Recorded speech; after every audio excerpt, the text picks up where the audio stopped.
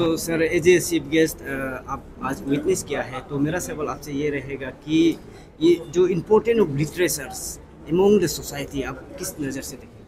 नहीं, आज मुझे एक मौका मिला। डॉक्टर जम्बे और डॉक्टर नतुंग दोनों ने एक किताब लिखा, जो बीता हुआ, जो काल का जो बीता हुआ उसको लेते हुए दोनों ने एक किताब लिखा।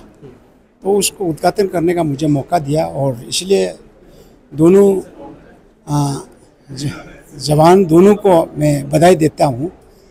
और आने वाला दिनों में दोनों इसी तरह और भी किताब लिखे और अच्छा और भी किताब लाइए, और जो हमारा यंग जनरेशन जो है वो पढ़ लिखे और उसको पढ़ के और जो भटक गया है वो अच्छा ट्रैक पे फिर वापस आ सके। इसलिए मैं दोनों को बहुत बहुत बधाई देना चाहूँ।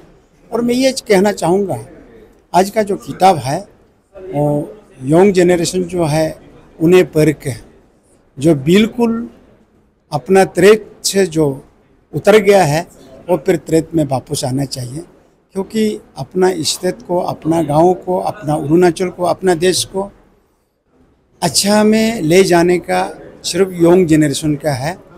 और जो बुरा जो माँ बाप जो है, बुरा माँ बाप से जो एज हो गया, उनसे आप भरोसा करके ज़्यादा नहीं रखें। आने वाला दिनों को संभालना यंग जनरेशन का है।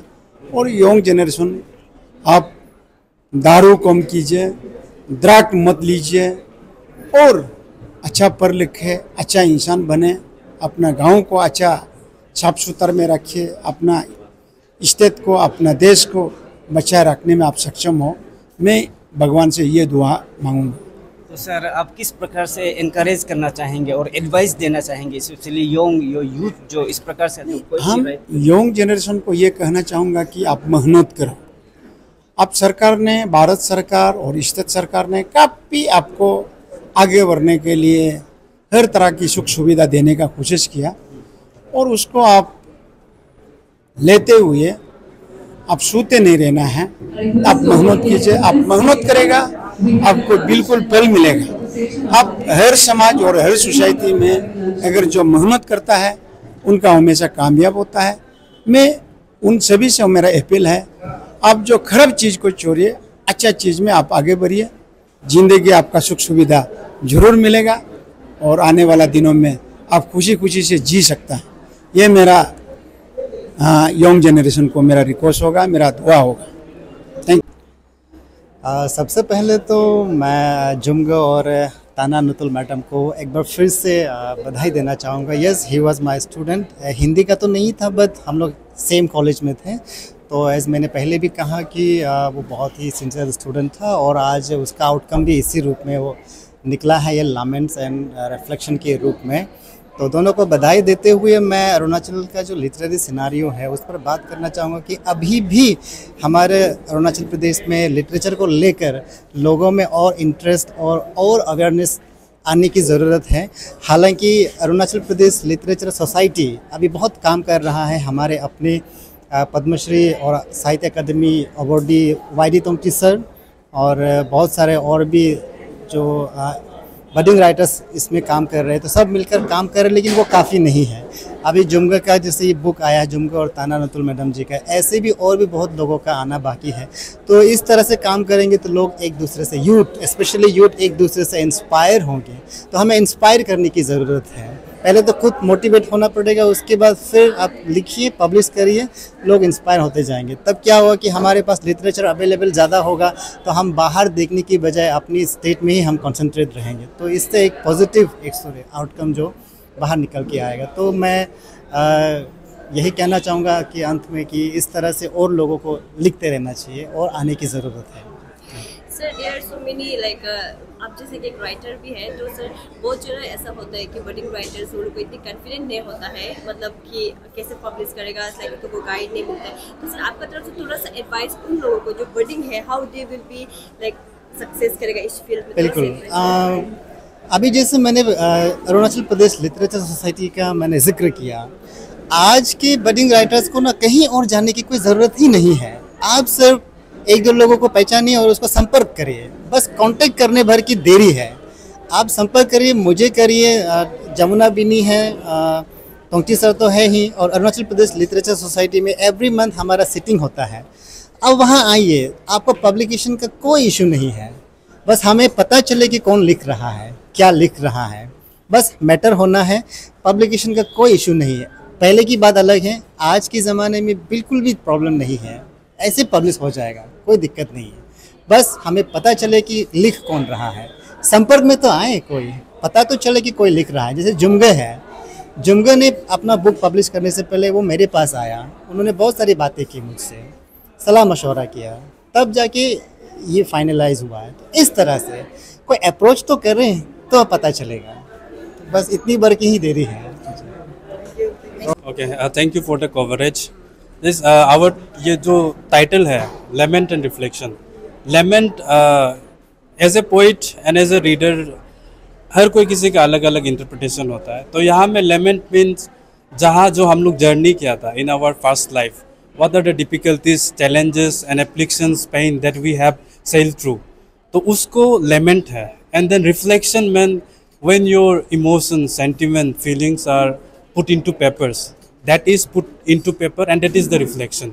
तो यहाँ में बहुत सारा टॉपिक हम लोग ब्रेक किया है। तो मोस्ट इंटरेस्टिंग आई फाइंड कि वहाँ में मेरा मिड लाइफ क्राइसिस था। तो जहाँ में हर मिड 30s में बहुत सारा यूथ्स को रिस्पॉन्सिबिलिटीज़ मिला जाता है। तो रिस्पॉन्सिबिलिटीज़ मिलते समय में if he or she fails to retain the responsibility entrusted upon their soldier, society start to castigate them. आप फेलियर है, आप काम का नहीं है।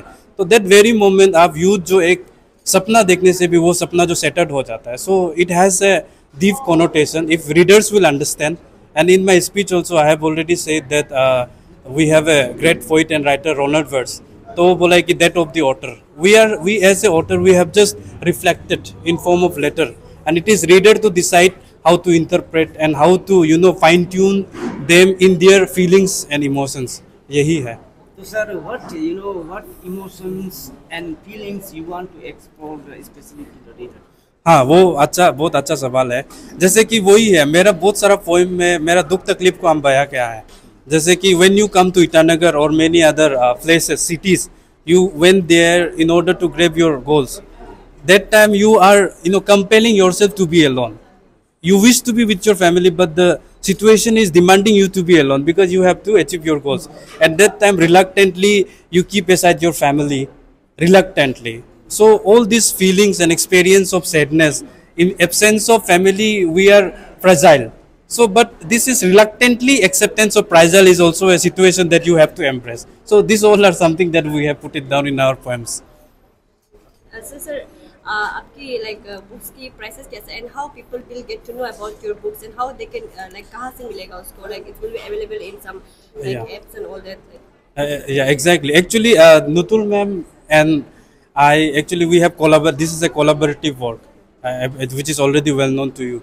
This is we have printed 100 pieces of books. It is available with us now, and here also if somebody wants, then in this just circumscribe our one can buy. But it is also available in Amazon as well, and the price is not determined by us. Actually, we try to what it is called minimize the price, but there is certain condition given by publication agency and that selling agent, that is called Amazon. According to their royalty and other necessary terms and conditions, they have elevated to 395. So in future we will try to minimize the amount, but since even the government is asking for local for vocal, so we would also like to appeal all the readers to be stick to that and try to promote our own local people. We all are local. Okay. Just like how your story began to write this poem, or what inspired you to write, थोड़ा सा उसके बारे में बोल दीजिए। What inspired me to write this story, I mean to say, poem collection of poem is actually I always used to write during my college days, but that passion of writing stories was lost somewhere. But as I joined this university, I met Sir Jumga Pali sir. He is the one who has motivated and guided me to write again. Inspire किया है उसने मुझे, तो उसी का वजह से sir, thank you sir, Thank you. for motivating me कि आज मेरा identity एक ऐसे पोएट अभी जान गया लोग ना। एंड इंस्पिरेशन हमको नेचर से मिला है। आई फील कि नेचर हमको बहुत सारा चीज़ सिखाता है ना, बहुत वैल्यू सिखाता है, ह्यूमन लाइफ कैसे जीना है ना, कैसे कर। और मेरा पार्ट ऑफ द कलेक्शन में क्या है, I have talked about many issues like मैंने आज ही पढ़ा है ना एक shades of gay, it talks about this social evil of polygamy, उसका इशू उसमें बोला है। एंड और भी बहुत सारा ऐसा टॉपिक ऐसे मुद्दा में हम लोग बात किया है, जैसे कि फॉर एग्ज़ाम्पल जैसे कि ये कभी ऐसा होता है कि आदमी लोग क्या है ड्रग्स एडिक्ट हो जाता है, खो जाता है, वो लोग का कोई उन लोग का मेंटल स्टेट को नहीं समझ सकता है। तो मैंने अपना राइटिंग में उसका मेंटल स्टेट को सोच के ऐसा भी कुछ ऐसा कहानी, ऐसा पोएम ऐसा मैंने लिखा है। तो I hope the readers will connect और try to find hope, strength कि हमको जीना है, ज़िंदगी हमको जीना है, ये ड्रग ये सबसे कैसे निकलना है। तो मैंने कोशिश किया है अपना राइटिंग में।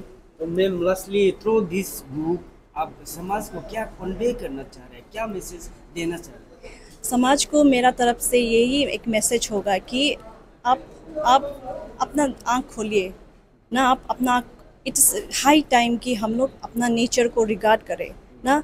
अभी हम लोग का we can see now the climate is changing ना, क्लाइमेट चेंज हो रहा है। हम लोग आप लोग देख रहा होगा अर्थ कटिंग इज़ एवरीवेयर ना। तो ऐसे रोमांटिक ना, I feel I am very drawn, I am very close to nature.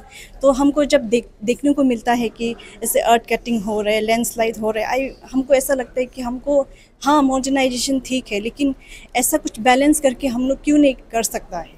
तो मेरा मैसेज यही होगा कि we should preserve our nature ना, नेचर इज़ मदर ना, वो हम लोग को सब कुछ देता है। तो हम लोग उसको क्या देता है, डिस्ट्रक्शन देता है ना। तो ये चीज़ हम मेरा तरफ से मैसेज होगा। Thank you.